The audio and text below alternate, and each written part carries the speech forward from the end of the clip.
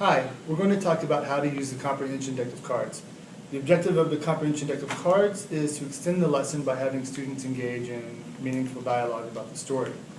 So for our materials in our coach's toolkit, there are 2 decks of cards, and we're going to need our binder. So the 2 decks of cards have general comprehension questions on them. One deck is for narrative text, and you can identify this deck of cards by the narrative at the end of each question. So the last word on the label has narrative. These cards focus on character, setting, and plot, which are elements of a narrative. The other deck can be used for both narrative and expository text. So the last word on the label of these cards says all, so you know that you could use it for both texts. These questions help students build connections and form opinions about the text. So if you're unsure about which cards to use, you can do one of 2 things. You can look in your table of contents, and it tells you, so for example, narrative, expository, poetry. Or if you don't feel like looking in the table of contents, you can always use the cards that say all, because it covers both narrative and expository text.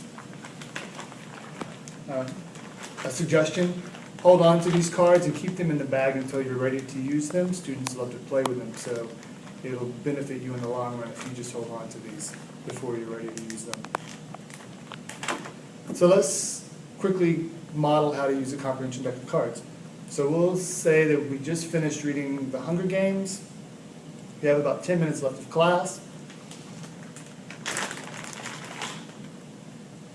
I know that The Hunger Games is a narrative because I looked in the table of contents just before we ended, and I chose the narrative cards.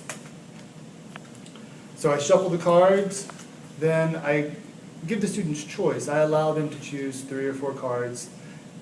So let's say the student chose 3 cards, the student chose 3 cards, the student chose 3 cards, and then I choose 3 cards because I want to participate in this game as well, because I wrote the story with the students.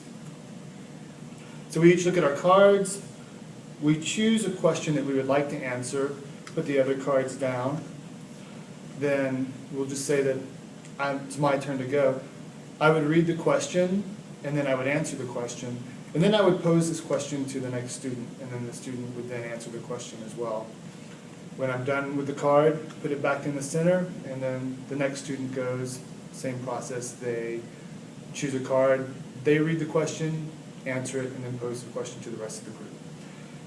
If you would like more information and other tips about how to use the comprehension deck of cards, be sure to check the comprehension deck of cards sheet, and it will give you a little more explanation on the game and some other tips. Thank you.